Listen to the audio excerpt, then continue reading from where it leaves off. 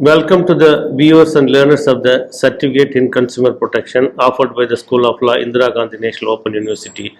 Today we are going to discuss another important subject called the Consumer International. This is covered under our course code CPA 101 and the block number 2 and the unit number 6. As you know, at the international level, the growth of consumer movement assumes very great importance.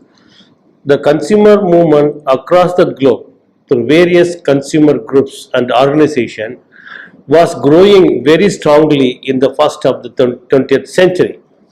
Then later on, after some of the like-minded countries like UK, USA, Netherlands, Australia, France, Ireland, Austria, Israel, Sweden, New Zealand, Denmark, and Norway, they thought it necessary to have a formal platform for the purpose of protecting the interests of the consumer. So accordingly, they met on 1st April in the year 1960 at The Hague, and that formed the basis for the formation of the new social institution called the first formation of the International Organization of Consumer Unions. But somehow the word union was, this is the symbol of the Consumer International, it's a globally recognized symbol. So please make a note of it. No, coming back to this subject, International Consumer Cooperative Union, the word union was not very comfortable with all the nations, because the union refers to the small part of any smaller organization union. Maybe it refers to the micropic, say, institution concerned, trade union sort of a thing. So then they thought that once the institutions are working at the global level, at the international level, then the name itself reflects that it's a global institution. Accordingly, the name of the International Organization of Consumer Union was changed to Consumers International in the year 1995. Therefore, now the international body name is called the Consumer International, and the symbol I showed in the previous slide.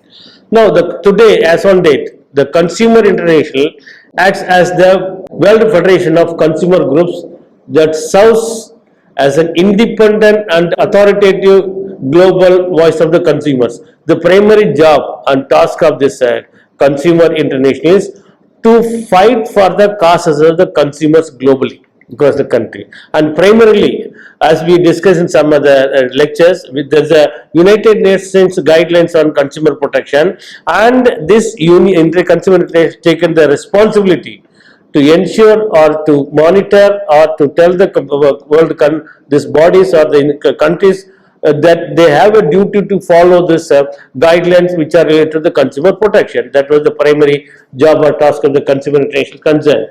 Now, the Consumer International currently has offices in various countries like Africa, Asia, Europe, and Latin America, and also it has a project coordinators or project within countries like Argentina and the Caribbean. And as on date, the Consumer International is having over 200 member organizations across the country, spread over in 150 countries around the world. And this Consumer International continues to build a powerful international movement to empower and protect the interests of the consumers and their interest. Now, let us move to the status. What is the status of the Consumer International? The status of consumer is analogous to, or the consumer, it has a formal status with that of the global governing bodies such as World Health Organization, World Intellectual Property Organization, and the UN Commissions on Sustainable Development. So it is having a status at par with World Health Organization and WIPO and the UN Commission on Sustainable Development. It raises the most important consumer issues of the day at the International Policy Making Forum. So, as I said, the primary concern of this body is to raise issues affecting the consumers across the globe, and various, particularly in the form of the infringement of the rights of the consumers provided in the UN guidelines on consumer, and also based on the United Nations guidelines on consumer protection, almost all the nations, they formed their own consumer laws, and such consumer laws also provided the safeguards and protection for the interest of the consumers. So if any country for one reason or other, if they fail to say follow the UN guidelines, or if there is infringement of the rights under the municipal or domestic law, then this consumer interest will come forward and take up the matter with the countries concerned. Look here, you have a responsibility under the UN charter, under the UN guidelines, to protect the interest of the consumer. Therefore, you have to act accordingly. Now, what is the relation with the consumer organization in different countries versus the consumer international? Actually, consumer international at the global level, it's a symbolic body, but whereas it is not independent by itself. It has a membership, as I said, 220 members, and who are the members? They are the consumer organizations situated in 115 countries. So these are like in India, we have the National Consumer Cooperative Federation. That it is a member of this Consumer International. Likewise, there are several recognized consumer organizations working in almost 150 countries concerned. So then we have to see what is the relation with the consumer organization function in each country, and vis-a-vis that of the object and function of the consumer international concern. Consumer organizations around the world, big or small, use the materials produced with the consumer international to generate local initiatives and media coverage for their work. What they do, the consumer organizations, by following the push of the consumer international, they generate local initiatives to create local awareness among the people through media coverage and other works and all. Initiated by this consumer organization include organizing special campaigns, organizing press conferences, then displaying public exhibitions and workshops, and also having street plays or street events, etc., related to the protection of the interests of the consumer. That is very, very important. All their activities are closely related or connected to the protection of the interests of the consumers only. So the consumer groups share the same aim and objective of bringing important and recorded needed benefits for the consumers in line with the aims of the Consumer International.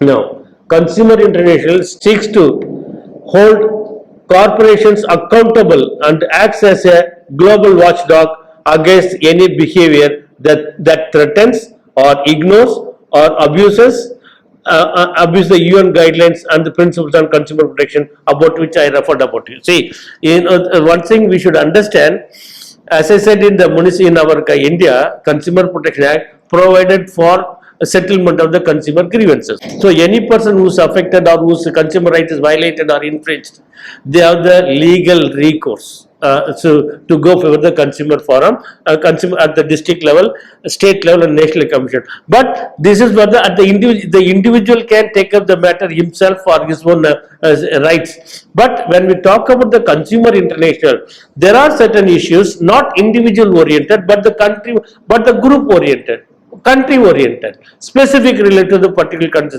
So this job of the consumer international will not take individual issues.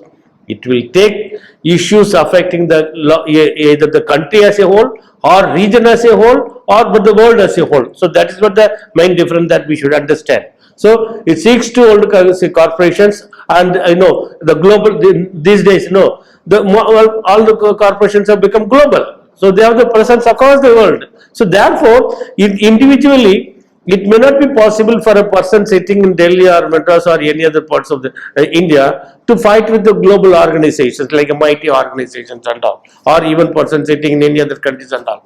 But for such type of fighting such type of world level organization, mighty organization, then the consumer international appropriate institution which is in a position to take up the matters related to the consumers, interests of the consumers, and fight before even the country legal forums. Therefore, that is what that one should understand. It is working for the common cause of the consumers across the globe, and it's not taking any individual matters. Now, objectives of global. What is the objectives of the global consumer movement? That one should also understand. First of all, they have the certain objectives and principles. What are those? Let us see. First of all, protection against the malpractices adopted by the traders, or it may be a producer, it may be a seller, it may be a manufacturer. And also, malpractices is one of the serious problem faced by the consumers, say practiced by these traders and producers, manufacturers and all. So, the main objective of the consumer, therefore, is to protect the interests of the consumers from these malpractices adopted by the business community, such as what type of malpractices one should understand. We have discussed already, but even I can tell you the malpractices or the method or manner of adopting malpractice may include charging a high price than the price fixed by the government, or price mentioned the label on the commodity, or supplying inferior goods or substandard goods. That also became a part of the malpractices by using, say, colorable items and all. Then creating artificial shortage in the market. That's a very serious issue. Very often the traders with the view to create glut in the market, that they despite having sufficient quantity of the commodity at their disposal, they don't release it to the market. With the result, there's a panic is created, and due to this panic, the people, they rush to purchase the commodity at an exorbitant prices. So it is also kind of a malpractice only. So this objective, one of the objectives of the consumer is to fight against the malpractices adopted by the business community at large across the globe. The next important objective of the consumer movement is promotion of the consumer education. Consumer movements aims in education is very important. The consumer should be made aware. In a country like India, where more than 60 to 70% people are illiterate, they are residing in rural areas and semi areas. So they are not even, when they are not in a position to read and write, but they become the big rural market. They become the part of the rural market. So how to enable such type of people, illiterate people, rural people and village people, to ensure their consumer rights and all. So for that purpose, consumer education is the only way. It may be even by radio, through television, mechanisms that one has to adopt, or even whatever we discussed about the street plays sort of a thing. We have to organize in different places, make the people understand, aware of their rights. So therefore, by that way, they have to be equipped with that knowledge, so that they can fight, argue, they can fight with the sellers or the producers concerned about in protection of their rights.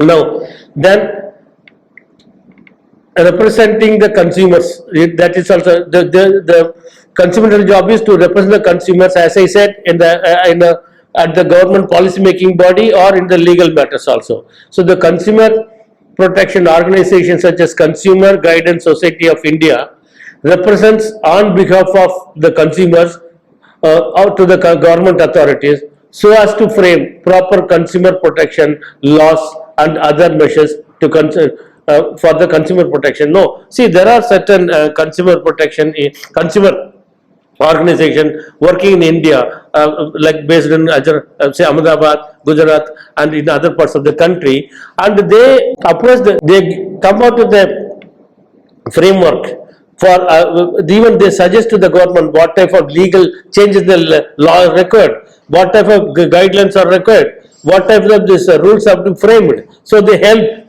assist and support the government in framing the law, rules and regulations only. This one, because common man, it's not possible for a common man to provide any guidelines to the government for bring the change in the law, whereas as an institution, they are in a better position to. The next principle is the publishing unfair practices. The Consumer Protection Organization publishes in various media regarding the unethical practices adopted by the business community. And see again, in addition to malpractices adopted, the unethical practices are being very large scale adopted by the traders and consumers. So one of the jobs of the Consumer International to take steps against this unethical practices adopted by the traders. Now then, the job of this Consumer International is also to help forming of associations. Consumer movement encourages the consumers to form consumer protection associations at all levels. See, at the global level remaining, they will be taking the larger issues, but there are issues concerning the local people in a large scale manner. So for that, The consumer international, the global may not come into the needs of the people in a small locality or a village or town. So therefore, what they do is they promote, encourage the local people to form their own say associations or organizations for fighting their protection of their own consumer interests and rights. Right. Then support the business community. See, their job is also to support the business community. But in what manner? Consumer movement aims at extending cooperation and support to the business community in dealing with their problems and difficulties. Sometimes this suppliers also they face a lot of difficulty and they may not be in a position to solve it also. They also say to take the help of the consumer international with a request to take up their difficulties and problems and place it before the concerned government authorities for bringing necessary changes in the law or policy and all those also. So the consumer international or consumer organizations are also helping the business community in addition to say protecting the interests of the consumer. Then assistance in legal matters. We have already discussed about this grievance machinery, legal grievance redressal mechanism provided under consumer protection law. Now, when the consumers, as I said, they are illiterate, they can't. They are living in the rural areas. They do not know where to file, how to file, what should be mentioned in the petitions and all. So therefore, legal issue is a technical matter. So it's highly technical. Ordinary man cannot do that. So therefore, these consumer organizations, they come to the rescue of the affected consumers in by way of helping that drafting their own complaint, then even the drafting this their own representation to the consumer to the supplier and distributors, and if the relief is not obtained, then they will also draft a petition for filing before the court of law in the form of petition, and also they will write a written statement on all those things. And also legal support is provided by these consumer organizations to the locally affected individual consumer. Then exerting or creating pressure on the business community. Again, we all know this business community is always very strong and powerful. So therefore, wherever there is a need, then this consumer organization they put and exert pressure on this business community also, and by forcing them to do not to do things which are affecting the interest of the consumer. Then very briefly, the consumer organization primary job is also to ensure enjoyment of the protection of the consumer rights. We have discussed elaborately in another lecture. I'm sure you will watch it later. You must have watched it also. Now let me very briefly tell you what are the consumer rights. 8 consumer rights are there. The consumer rights are right to basic needs such as food, housing, etc.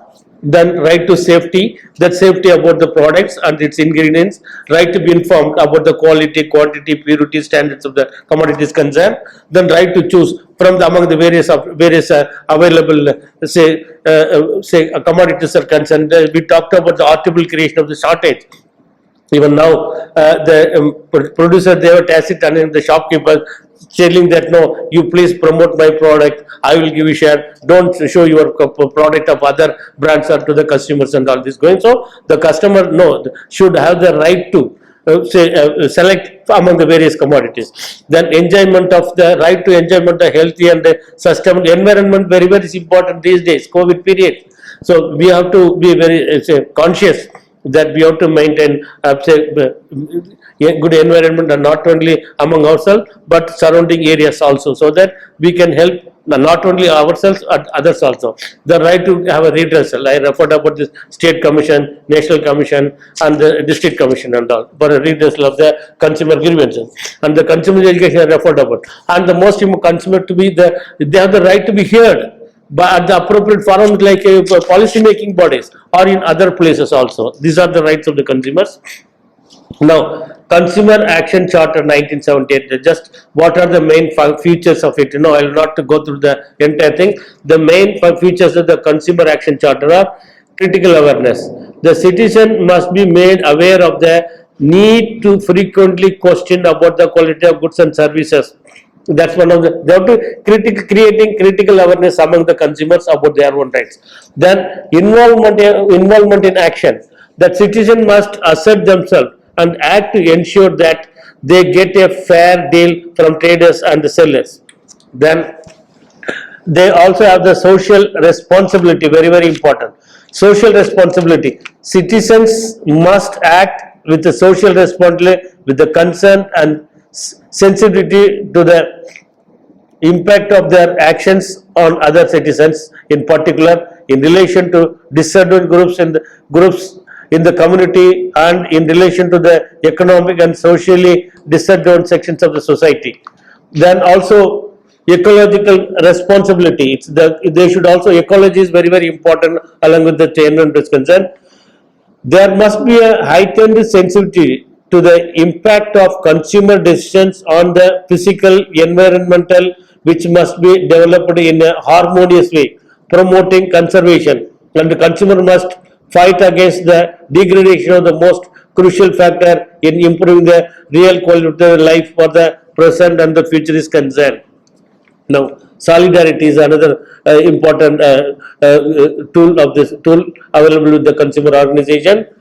The best and the most effective action towards solidarity is through cooperative efforts with the formation of the citizen groups who together can have the strength and influence to ensure that adequate attention is given to the consumer interest and groups is concerned.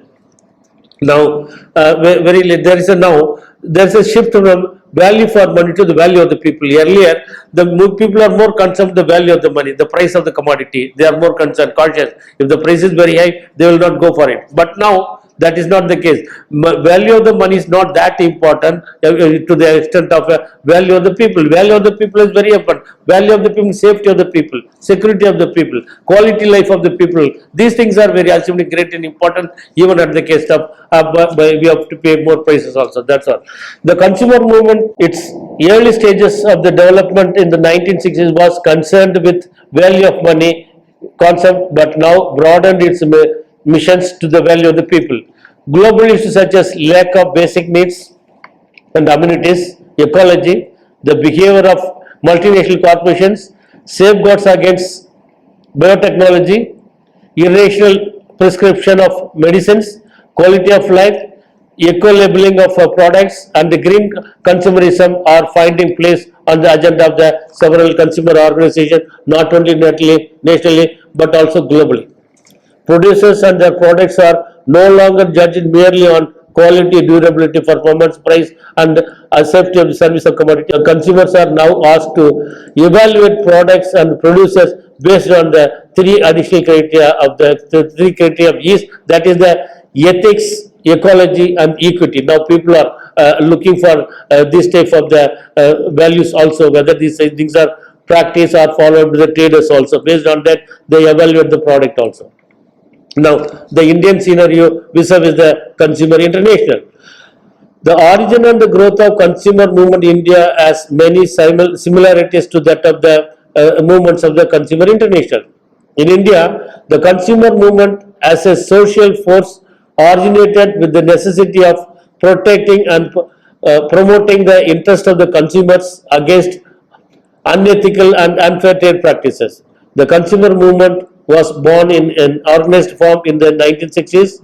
In the early 70s, consumer organizations groups were formed to look into the malpractices in ration shops and overcrowding in the road transport sector. More recently, India witnessed an upsurge in the number of consumer groups.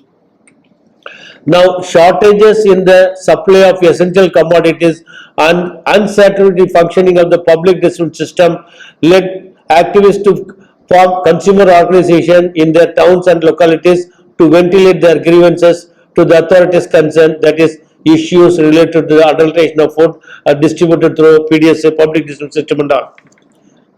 The enactment of Consumer Protection Act 1986, followed by the Consumer Protection Act 2019, paved way in the number of new organizations in the country. Now let us come to the empowerment of consumer. See, empowerment of consumer is equally important. The major programs included consumer education, product testing, product safety, promotion of equitable products, and environmental conservation as compared to the mindedness of the consumption of goods. A code of conduct for the international corporations, investor protection, access to the poor, access of the poor to the basic needs and services were some of the major issues that confront the consumer organization in India in this expansionist phases. Now let us come to something which one should also under the consumer manifesto. What is that and what is the aim or what is the theme of the consumer manifesto? The conditions of consumers' life must become better and more equitable. That is what the theme of the consumer manifesto is. At the same time, we realize that economic growth is possible only when it leads to the general well-being and happiness of the consumers at large scale. Now, the future trends, I will not read it out everything and all. There are the future trends, that the full implementation of United Nations guidelines for consumer protection globally is one of the important thing to be pursued in the past, in the future. The establishment of the monitoring and assistance system for the implementation with the United Nations also another requirement. Then adoption by the United Nations on the full implementation of the code of conduct on transnational corporations by government. This is going to the future agenda for this consumer international. Then promoting the fulfillment of the basics needs of all consumers, in particular of the poor, low income and disadvantaged and underprivileged segment that I referred already. Then establishment of the national and international laws that prohibit trade in hazardous products and eliminate double standards in international trade. Then establishment of stringent international guidelines on the setting and operations of potentially hazardous industrial and agricultural plants, processes and practices, including the right to full information by the local community and the workers. Then elimination of economic practices which inhibit the equal distribution of food and encouragement of national and international food policies aimed at meeting people's need for safe and nutritious food. Then implementation of the policies on new information technology which ensure on the one hand the fair protection of the consumers and on the other that they make full use of the technology for their own benefit. Then the development of testing and research with particular reference to the needs of the third world countries, building on the experiences, skills and resources of the international government, consumer international testing organizations. Last only 2 points are there. The reduction and ultimately dismantling of trade barriers which have a negative impact on consumers and the establishment of national bodies with the consumer representation to analyze and publish relevant information concerning the cost and benefits of the proposed and existing trade controls are concerned. Now the last point is perhaps ensuring responsiveness of monopolies, providing services to consumers, including ways to measure their performance in relation to meeting the needs of consumers and to ensure accountability. With this, we conclude our discussion on the topics concerned. Now, I'll meet you on some other topic. Thank you.